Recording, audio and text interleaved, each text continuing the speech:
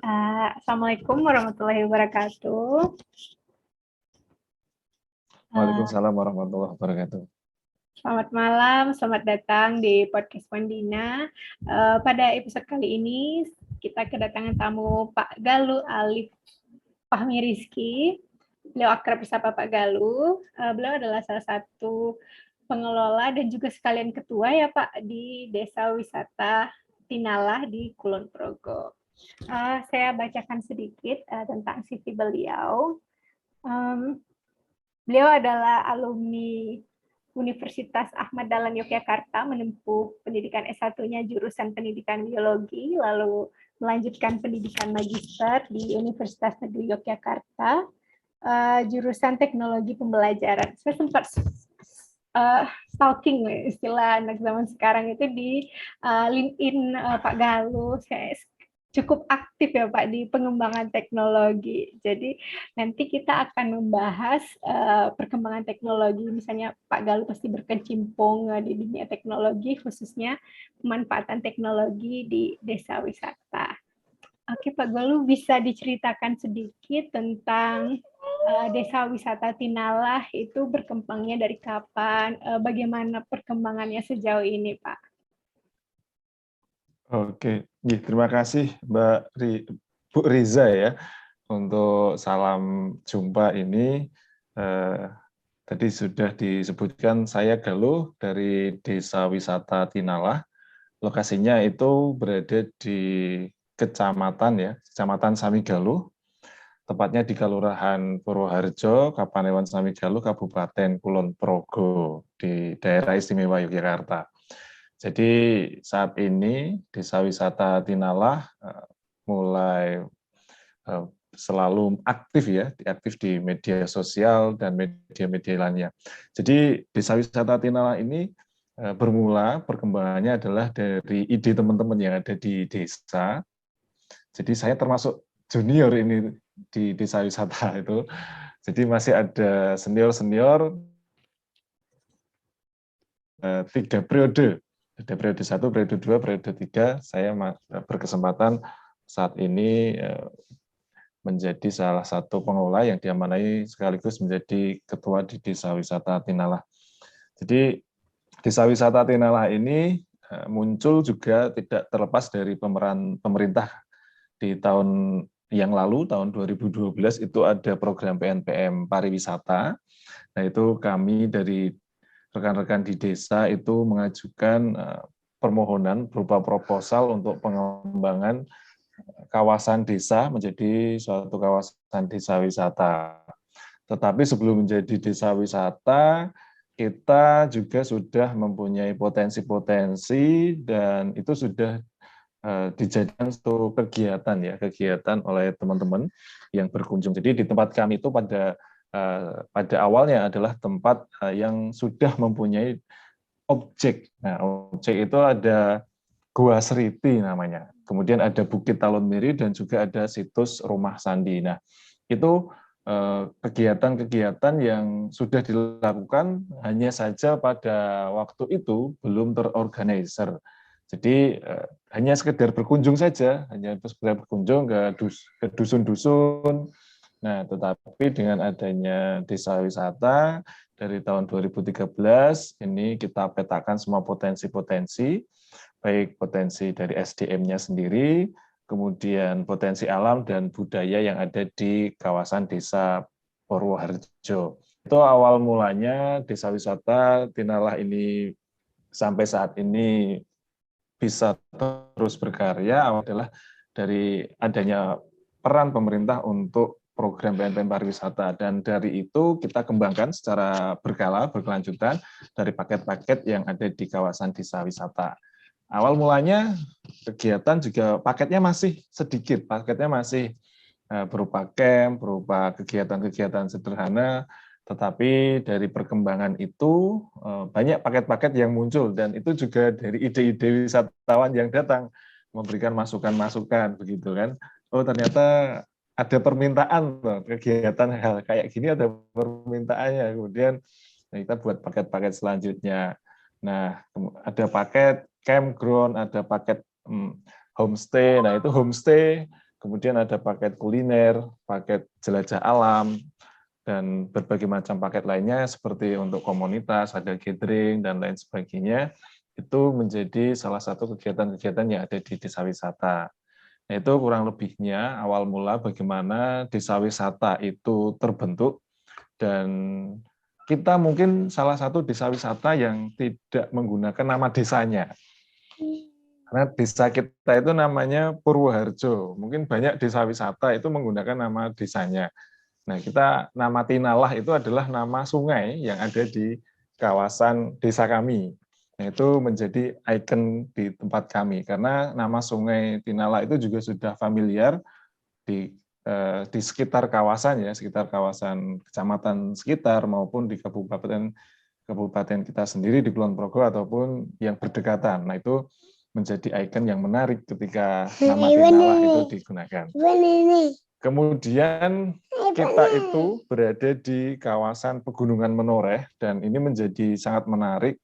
Kami diberikan anugerah suatu alam berupa pegunungan, perbukitan, dan juga sungai itu sendiri, daerah aliran Sungai Tinalah. Dan menurut identifikasi, penelitian, dan lain sebagainya, kita itu berada di kawasan Gunung Api Menoreh Purba. Jadi itu kesempatan kami diberikan alam yang begitu luar biasa. Jadi ada potensi sungai, ada potensi perbukitan, ada gua, kemudian ada puncak di pegunungan. Nah, itu menjadi salah satu baik tantangan bagi kami untuk terus mengembangkan potensi-potensi yang ada di kawasan desa wisata. Nah, itu selain alam, kita juga mempunyai atraksi, potensi budaya, dan itu juga sudah dilakukan oleh masyarakat di desa wisata. Seperti kenduri, kemudian kegiatan-kegiatan masyarakat, gotong royong, dan aktivitas tradisi budaya lain seperti wiwitan untuk masa tanam tandur itu ya, ada atraksi budayanya, kemudian ada baritan, kemudian juga ada saparan, itu setiap di bulan Suro itu juga ada kegiatan saparan. Nah, itu setiap dusun juga mempunyai keunikan masing-masing. Nah, kebetulan di tempat kami itu ada 14 dusun, dan itu terbagi menjadi dua bagian. Nah, itu terbelah oleh Sungai Tinalah itu. Sebagian di utara sungai itu ada 7 dusun, dan selatan sungai ada 7 dusun. Dan saat ini di Desa Wisata Tinalah itu sudah hampir keterwakilan ya untuk pengurus di desa wisata itu sudah hampir 50% pengurusnya itu dari setiap dusun-dusun. Jadi tantangan kami di teman-teman desa wisata, ada Pokdaris dan lain sebagainya adalah mengedukasi masyarakat dengan gerakan sadar wisata, kemudian mensosialisasikan potensi-potensi yang ada. Nah, itu masih menjadi misi kami secara berkelanjutan, dan secara jangka panjang itu aksi-aksi melalui kegiatan-kegiatan masyarakat di unsur-unsur Karang Taruna, ibu-ibu PKK, kelompok kerja, ada kelompok tani, kelompok seni. Nah, itu kita upayakan untuk selalu ada sosialisasi tentang sadar wisata. Dan ya alhamdulillah lambat laun banyak juga yang bisa bergabung, dan potensi-potensi yang ada di kawasan desa wisata Tinalah mulai terlihat. Nah, ibu-ibu misalkan yang mungkin biasanya itu hanya sekedar membuat snack, kuliner berdasarkan pesanan yang mungkin belum bisa rutin, tapi dengan adanya desa wisata Tinalah, ini banyak aktivitas yang di situ, kemudian kita paketkan dengan kuliner, paketkan snack, welcome drink, dan lain sebagainya. Dan ini semuanya dibuat oleh ibu-ibu desa, bahan-bahannya sebagian besar dari desa itu sendiri, dan kita olah, kita sajikan untuk kegiatan-kegiatan yang ada di desa wisata. Nah, itu gambaran ya terkait dengan desa wisata Tinalah dari awal mula merintisnya, kemudian ya, sampai saat ini adalah misi kita sebagai ruang pendidikan, lingkungan, dan budaya. Dan itu dulu sebelum desa wisata berkembang seperti saat ini adalah misinya adalah desa ini itu untuk teman-teman berkarya melalui pendidikan, lingkungan, dan budaya. Tetapi adanya program desa wisata, misi itu semakin kita upayakan. melalui pendidikan lingkungan dan budaya itu. Dan ini masih terus kita upayakan agar nanti masyarakat itu terus bisa bertambah nih yang bisa berpartisipasi. Karena kan kuncinya desa wisata kan juga masyarakatnya itu sendiri nanti. Itu Mbak Riza gambarannya terkait dengan desa wisata. Terima kasih Pak Galuh. Saya baru tahu ternyata Tinala itu nama sungai. Soalnya seperti yang saya tahu kalau di Jogja memang rata-rata nama desa wisata itu dari nama desanya sendiri. Misalnya desa wisata Kelor atau desa wisata yang di Turi itu rata-rata namanya memang dari nama desanya. Sudah hampir 10 tahun ya Mas, berarti tahun depan ya desa wisata Tinala ini berdiri. Ya, tahun ini kita masuk usia 8 kali ya, Oh, 8 tahun. Iya ya, udah satu windu, Mas. Windu. Dan saya menariknya di sini tadi Pak Galuh mengatakan bahwa sudah terberdayakan khususnya ibu-ibu di Desa Wisata Tinala untuk mengambil kue pariwisatanya itu rata nantinya kan, intinya pariwisata memang begitu ya Mas, agar kuenya itu bisa didapatkan sama rata dan semua masyarakat, semua lapisan nanti bisa menikmatinya. Sekarang yang ingin saya bahas adalah tentang desa wisata digital, Mas. Kemarin itu saya baca-baca blog di Desa Wisata Tinala itu ada salah satu artikel tentang desa wisata digital.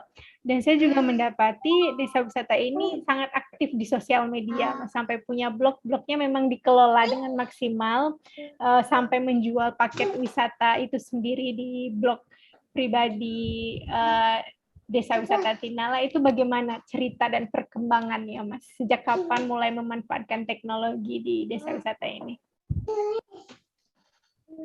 Sebenarnya kami di desa wisata sampai dengan kondisi saat ini dari memiliki web dan lain sebagainya, awal mulanya kita hanya menggunakan media sosial di tahun 2013.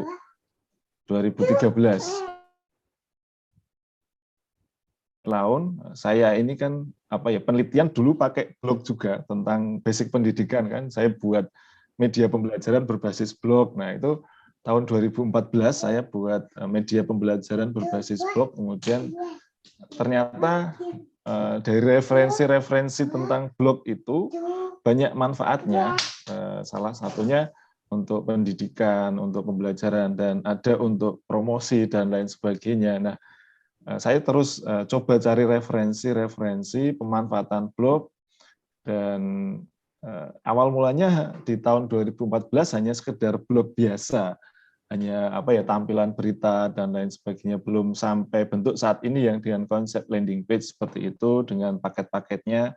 Dulu hanya sekedar artikel-artikel saja, tetapi lambat laun karena kami terus berupaya untuk mencari referensi bagaimana memanfaatkan media blog yang dikembangkan menjadi web landing page, itu dari tahun 14 kemudian sampai tahun 2017 itu kita perkembangannya belum signifikan. Kemudian tahun 2016 itu saya mengikuti pelatihan itu tentang optimasi web. Nah, bagaimana web itu bisa optimal, bisa dicari banyak orang. Nah itu mulai dari situ tahun 2016 itu kita optimalkan selama 1 tahun, dan tahun 2017 itu trafficnya mulai meningkat. Nah itu kesempatan kami untuk terus meningkatkan hasil pencarian di mesin pencari sampai dengan web, dan pemanfaatan media-media lain seperti media sosial ataupun media online yang lain itu kita semua masuki ruangan-ruangan yang online yang bisa kita daftar, kita bisa buat user, buat nama di situ, buat konten di situ. Hampir kita masuki. Saat ini sudah hampir ada 150 akun media online itu kita masuki dengan nama Desa Wisata Tinala. Itu untuk mensupport web utama kita selain dengan menggunakan media sosial. Nah, itu upaya kami sebenarnya dari awal, sebenarnya dari saya pemanfaatan penggunaan media blog itu sebagai penelitian, kemudian saya gunakan referensi-referensi dan fungsi lain itu untuk pengembangan di desa wisata. Jadi ya saya berupaya untuk bagaimana berperan untuk pengembangan desa melalui apa yang bisa saya pelajari, itu saya coba untuk pengembangan di desa wisata.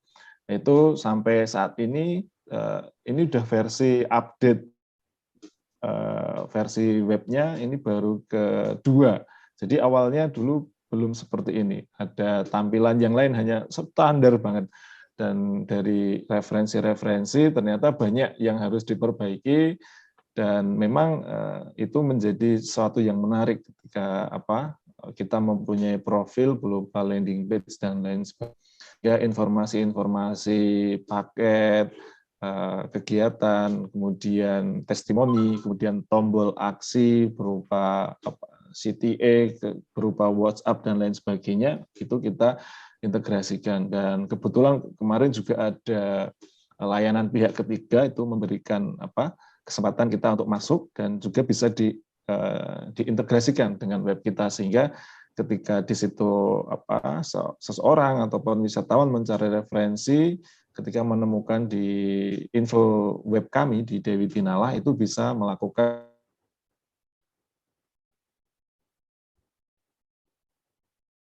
banyak yang bisa kita kembangkan dari desa wisata melalui digitalisasi. Sebenarnya tidak hanya itu, di sistem digital kami juga awal mulanya catatan keuangan itu hanya berupa kertas gitu.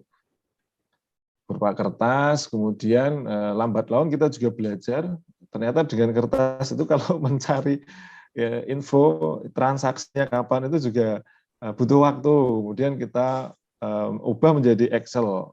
Kemudian ternyata banyak hal yang belum bisa optimal.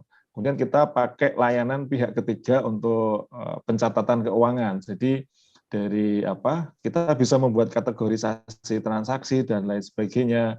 Untuk apa, kemudian kita memfilternya juga mudah, kemudian mencetaknya itu juga bisa, kita bisa buat invoice dan lain sebagainya, invoice-nya bisa dikirim langsung ke email wisatawan yang akan membayarnya, nanti bisa banyak sekali pilihannya, dan itu upaya digitalisasi tentang pencatatan keuangan. Nah, itu upaya kita juga. Kemudian selain itu, tantangan kami di digital itu juga adalah kalau saat ini bagaimana nanti informasi tentang potensi-potensi yang ada di desa itu bisa terdistribusi gitu ke masyarakat secara luas. Kemudian kita manfaatkan media WhatsApp grup, itu kita kumpulkan teman-teman yang ada di desa, ada yang ibu-ibu, ada yang karang taruna, dan grup yang lainnya. Nah, itu kita sisipkan untuk edukasi potensi-potensi yang ada di desa wisata. Kita sajikan artikel tentang sadar wisata, tentang potensi, dan juga pembuatan video edukasi tentang desa wisata. Ini harapannya nanti masyarakat itu terpantik ya dengan informasi-informasi yang kita berikan. Nah, itu upaya kita untuk mengedukasi, karena keterbatasan kami untuk dengan adanya media online, chat, ini bisa kita transfer asalkan kita punya kontak teman-teman yang ada di desa. Nah, ya sampai saat itu kami terus berupaya. Dan selain itu, selain pemanfaatan media sosial, kemudian web, dan berbagai edukasi tadi, kita juga membangun database secara digital, baik email maupun juga kontak. Nah, harapannya itu akan terus memberikan kesempatan bagi kami, para wisatawan-wisatawan yang sudah datang ke desa wisata, untuk terus bisa kita kasih informasi terkait dengan desa wisata. Jadi setiap bulan kita juga mengirimkan informasi-informasi terkait desa wisata pada wisatawan-wisatawan yang sudah terdata di database kami. Jadi harapannya menjalin nih, tidak hanya sekali datang, harapannya nanti bisa datang di tahun atau kesempatan berikutnya. Nah, itu upaya kami di digitalisasi. Dan di masa pandemi kemarin kita banyak yang tertunda, banyak bookingan reservasi itu tertunda karena memang aturan PPKM harus tidak bisa keluar kegiatan di desa wisata. Kita mau ngapain ini untuk di desa wisata? Nah, kita coba untuk pengembangan aplikasi kemarin di aplikasi desa wisata, ya tujuannya kemarin untuk tetap bisa berkomunikasi dengan kawan-kawan dan bisa mengedukasi apa saja yang ada di desa wisata. Kita di aplikasi itu menyajikan informasi-informasi, kemudian ada beberapa permainan yang itu bisa digunakan oleh user dari aplikasi tersebut.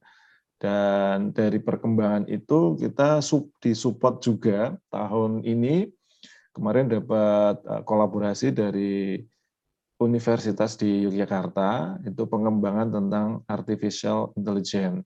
Ada dari UAJ dan UKRIM itu kolaborasi dengan Dewi Tinala, dan tadi itu uji coba tentang AI-nya. Jadi kita memiliki jalur tracking alam gitu kan. Nah, di situ ada objek-objek penting. Nah, itu menjadi database. Jadi ketika nanti wisatawan berkunjung ke tempat kami itu bisa men-scan objek-objek tersebut dan mendapatkan informasi-informasi penting. Nah, ini sebagai apa ya? Sebagai juga layanan kami karena memang kita belum mempunyai banyak pemandu, jadi harapannya ini bisa memberikan solusi nih untuk teman-teman ketika nanti pemandunya masih terbatas, jadi bisa wisatawan yang datang itu juga bisa menggunakan aplikasi ini dan bisa mendapatkan informasi yang tidak kalah seru dengan saat pemandu itu langsung tes dengan wisata. Ya, seperti itu dengan hal-hal yang didigitalkan. Jadi kami juga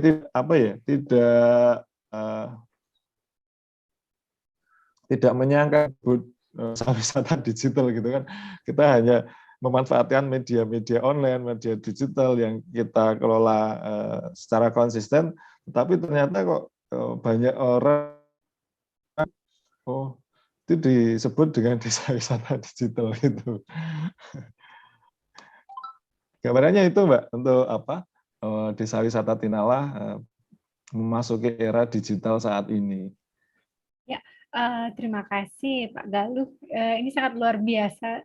Apalagi informasi terakhir sudah ada pengembangan aplikasi desa wisata. Kalau saya boleh tanya, Mas, itu aplikasinya khusus desa wisata Tinala aja atau nanti beberapa desa wisata terpadu di dalam aplikasi tersebut?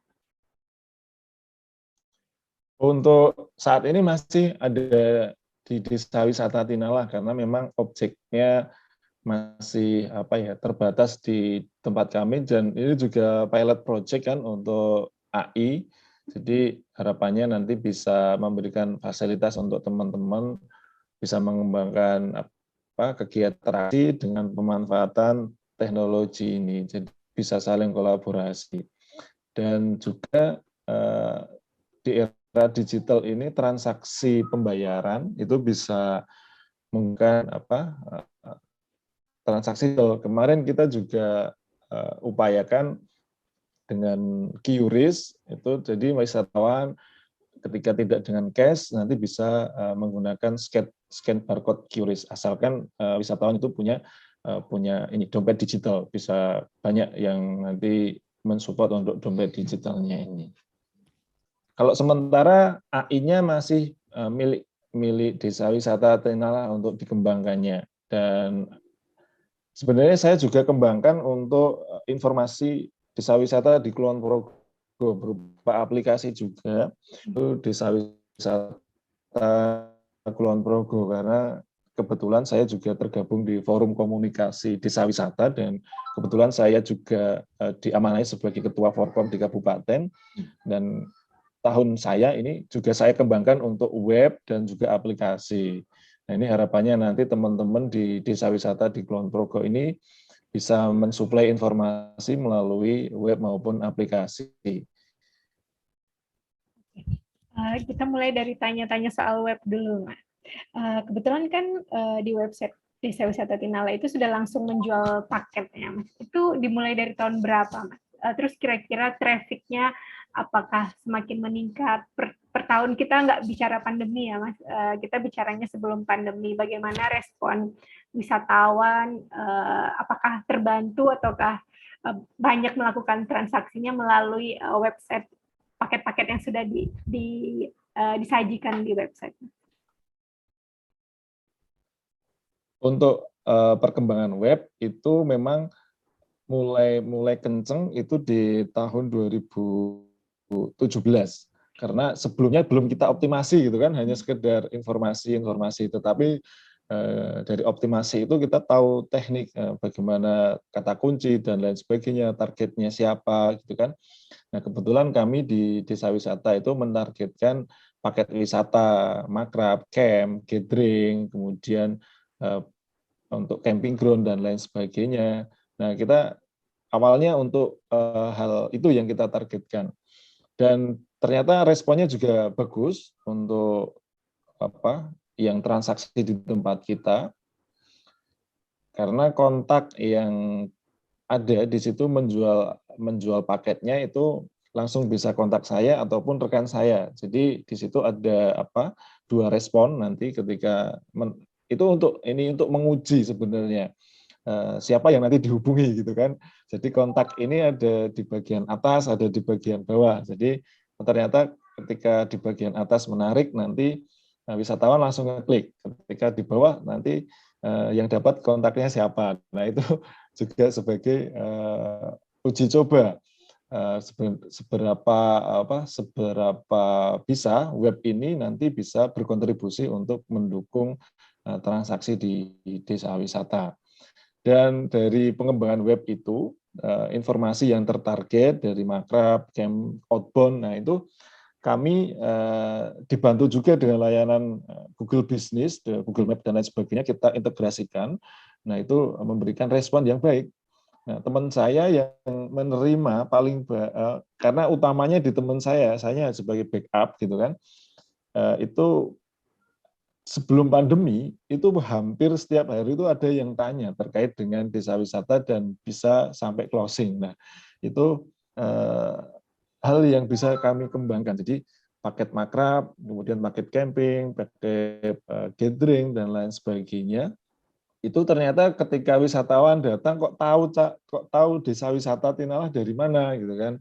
Oh, saya dapat infonya dari Google lah itu. Oh, ternyata bisa sampai sejauh ini gitu kan, dari paket makrab. Ketika kita ternyata memang konten-konten kita itu ada di halaman pertama gitu kan. Jadi oh, ini ternyata bisa. Nah, ini kemudian hal-hal itu kita replikasi untuk informasi-informasi yang lain. Jadi kami saat mengembangkan target kata kunci baik di Jogja maupun di luar Jogja. Jadi kita di Jogja ini sudah bisa menguasai beberapa halaman penting untuk kata kunci di kawasan tempat wisata di Jogja. Dan kita juga kembangkan untuk target-target di Jogja dan sekitarnya. Nah, nanti harapannya banyak informasi yang bisa disajikan dengan kata kunci tertentu yang orang itu targetkan. Nah, ini menjadi tantangan kami saat ini untuk mengembangkan konten-konten yang SEO bisa nanti membidik kata kunci tertentu. Dan itu memang memberikan efek yang sangat sangat luar biasa dari traffic web itu. Dan dari optimasi itu memang secara grafik kita juga menggunakan analitik traffic. Di situ kita gunakan stat counter dan juga Google Play Console. Di situ kita track dengan situ, memang trafficnya naik sampai saat ini dan banyak kata kunci yang mulai terekam dan itu memberikan efek. Dan harapannya kami bisa nanti memanfaatkan tools lain untuk riset kata kunci, untuk pengembangan artikel dan lain sebagainya agar web kita lebih hidup lagi. Jadi secara statistik traffic kita naik gitu, dan itu memberikan dampak yang positif untuk pengembangan desa wisata. Jadi ada dari kabupaten sekitar Magelang, Purworejo, kemudian ada Klaten, itu hampir dari yang masuk itu sebagian besar mayoritas tahunya dari web dan traffic di Google Map maupun dari Google Business. Jadi integrasinya kita menggunakan layanan Google itu. Jadi ini memang memberikan efek yang bagus nanti untuk teman-teman. Jadi tantangan kita adalah membidik kata kunci baru yang itu bisa kita kita sajikan di desa wisata. Nah, ini tantangan kami saat ini mencari kata kunci yang relevan. Nah, dari situ kita juga kembangkan nih lead magnet ya.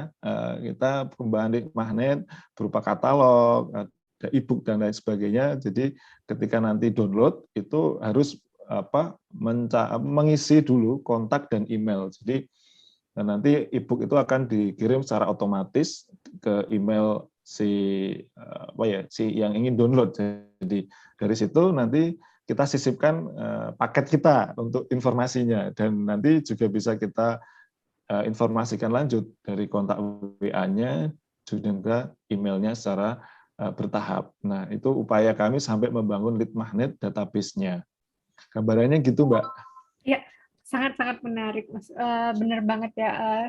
Setiap orang, saya pun kalau berwisata ataupun kebutuhan apapun selalu saya cari itu di Google. Jadi apapun yang ada di halaman pertama. Jadi memang ya target market kita gimana caranya artikel ataupun konten yang dibuat di website itu harus muncul di halaman pertama di 3 baris teratas biar orang lebih makin tertarik untuk membaca, dan itu sebuah tantangan sih Mas untuk para blogger atau para penulis. Saya rasa mencari kata kunci yang pas, bagaimana membuat SEO friendly agar konten-konten kita terus tetap berada di halaman pertama.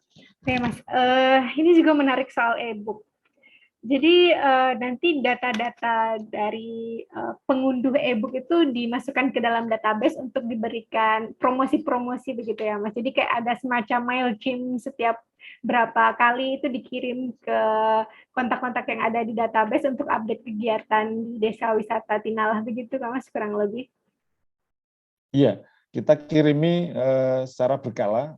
Mungkin paling cepat 2 minggu sekali, paling lama seminggu.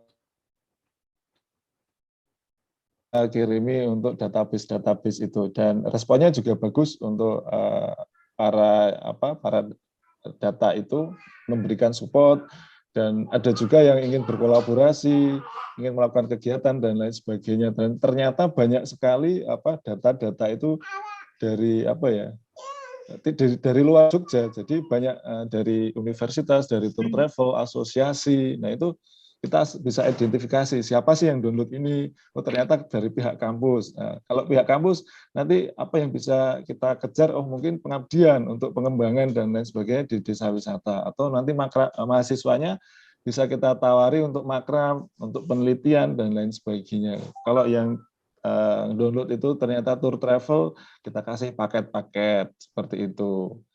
Nah, itu gambarannya yang kami lakukan seperti itu, Mbak.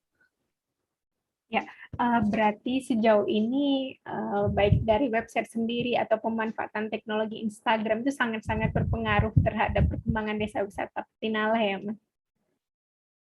Iya, kami rasa memang sangat berpengaruh karena sebagian besar itu ketika kita tanya, wisatawan itu tanya dari mana?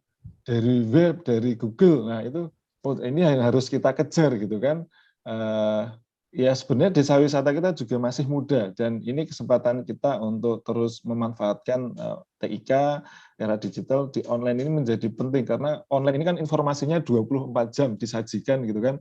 Kita tidur saja, informasi itu disajikan tanpa harus kita, kalau manual pakai leaflet, pakai kenalan, itu kan terbatas waktu. Jadi kalau kita memanfaatkan online ini kan perputarannya juga 24 jam, siapapun bisa mengakses, dan itu traffic itu ada juga yang mengaksesnya dari luar negeri. Nah, itu pernah dari India itu juga tanya mau kegiatan tetapi belum bisa closing, ada juga dari beberapa negara lain itu tanya dengan bahasa Inggris, kita jawab ya ditranslate dulu.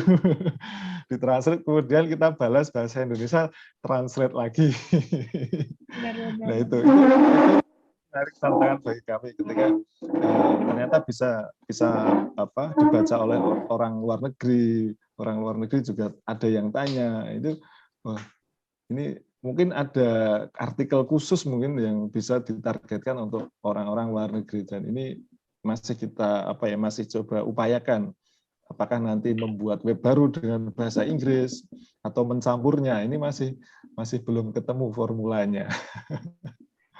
Iya, menarik sekali Mas tentang pembahasan kita malam ini, yaitu pemanfaat teknologi dan informasi di Desa Wisata Tinala.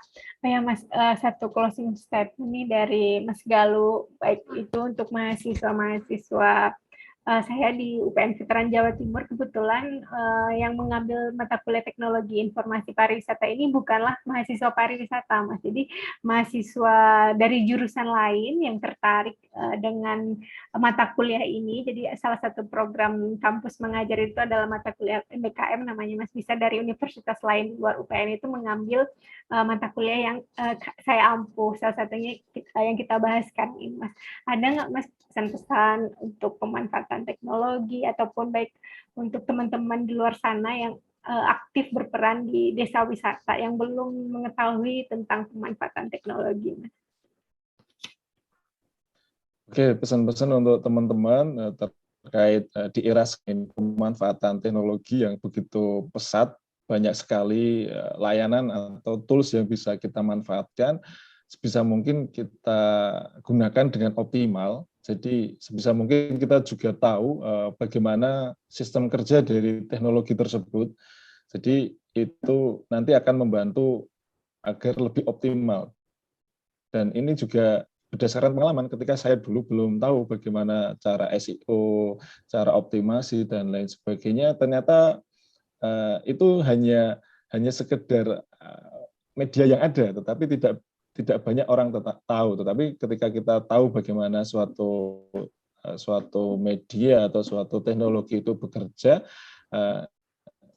maka kita akan mudah untuk mereplikasi ini di teknologi-teknologi lainnya. Jadi untuk teman-teman tetap semangat berkarya, terus belajar. Walaupun saya ini bukan orang TI, bukan orang informasi, tapi karena ini menjadi suatu yang menarik dan menjadi tantangan saya juga untuk bagaimana bisa berkontribusi pengembangan desa, dan juga ternyata itu merembet ke aktivitas-aktivitas saya yang lain. Saya juga ada e-course, membuat paket-paket webinar dan lain sebagainya, itu juga menggunakan traffic dari web. Jadi ini banyak sekali, apapun yang bisa kita upayakan, ternyata dengan web, dengan media online itu kita bisa melakukan banyak aktivitas. Bisa untuk informasi, bisa untuk jualan dan lain sebagainya. Ketika kita bisa menguasai kata kunci, kita bisa mendapatkan income dari situ. Dan ini menjadi salah satu tantangan di era saat ini, ekonomi kreatif, bagaimana peran teknologi ini sangat memberikan dampak yang sangat luar biasa. Dan itu banyak sekali nanti manfaatnya ketika teman-teman bisa memanfaatkan media, teknologi ini dengan optimal, teman-teman akan bisa membangun ekosistem ekonomi digital. Nah, ini nanti bisa banyak hal yang bisa teman-teman capai dari media ini. Mungkin itu tetap mempunyai semangat belajar, harus kita mempunyai mindset untuk berkembang, grow mindset. Jadi kita harus mempunyai adrenalin untuk infinity game. Jadi pekerjaan-pekerjaan itu harus kita upayakan. Ini tidak ada akhirnya gitu kan, tapi harus ada tantangannya. Ini jadi semangat kita untuk terus berkarya, dan banyak sekali cara-cara optimasi di era saat ini, banyak yang bisa kita pelajari. Jadi teman-teman tetap semangat belajar. Siapapun kita punya kesempatan yang sama di era digital saat ini. Itu Mbak. Ya, terima kasih Mas Galuh. Yang intinya sih, menurut saya pribadi, manfaatkanlah teknologi dengan maksimal, baik itu kalian pengelola wisata ataupun kalian pembelajar saat ini, pelajarilah. Karena kalau menurut saya belajar sekarang tidak terbatas hanya di kelas melalui tatap muka, bisa melalui internet. Misalnya kalian tertarik dengan website atau dengan Instagram, pelajarilah hal tersebut. Gitu. Oke, Mas Galuh, terima kasih atas waktunya. Mas boleh bagi kontak Instagram Desa Wisata Galuh. Di sini bisa nanti disebutkan saja Mas, ataupun kontak Instagram Mas Galuh sendiri, biar nanti teman-teman mahasiswa yang ingin bertanya lebih lanjut atau ingin berkolaborasi lebih lanjut bisa menghubungi Mas Galuh atau langsung ke kontak Instagram di Desa Wisata Tinala. Oke, untuk kontak Desa Wisata Tinala itu bisa di Instagram, bisa di YouTube maupun di media web juga, itu Dewi Tinala. Jadi ketika nanti teman-teman mengetikkan kata kunci Dewi Tinala ataupun Desa Wisata Tinala, di situ sudah bisa tertampil baik Instagram, YouTube ataupun webnya. Jadi nanti bisa langsung terhubung di situ, bisa kepoin juga konten-kontennya. Dan di situ juga sudah ada kontaknya. Kontak saya ada bisa diakses di situ ataupun nanti di 085 729 546 678. Nah, itu kontak saya. Kalau IG saya pribadi juga ada, itu ada Galuh Fahmi. Nah, nanti bisa di set di situ Galuh Fahmi usernya, kemudian nanti lengkapnya Galuh Ali Fahmi Rizky. Nah, itu nanti teman-teman bisa kolaborasi ataupun ada pertanyaan-pertanyaan yang mungkin ingin teman-teman belajar, nanti bisa kontak di situ. Oke, terima kasih banyak atas waktunya, Mas Galuh. Saya izin tutup podcast pada episode kali ini. Terima kasih teman-teman pendengar. Sekian dari saya. Assalamualaikum warahmatullahi wabarakatuh.